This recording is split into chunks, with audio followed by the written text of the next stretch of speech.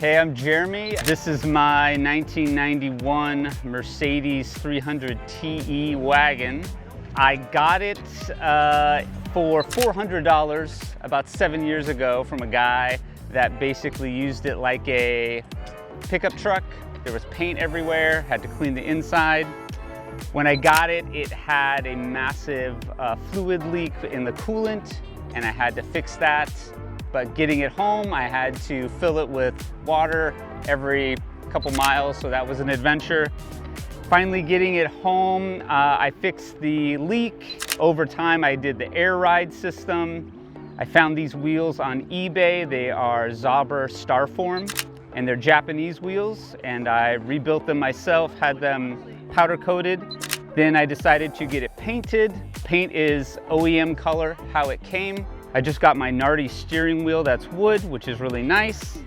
But most of the time, it's been great. Just had a lot of maintenance done on it, and it's a great car. I love owning it.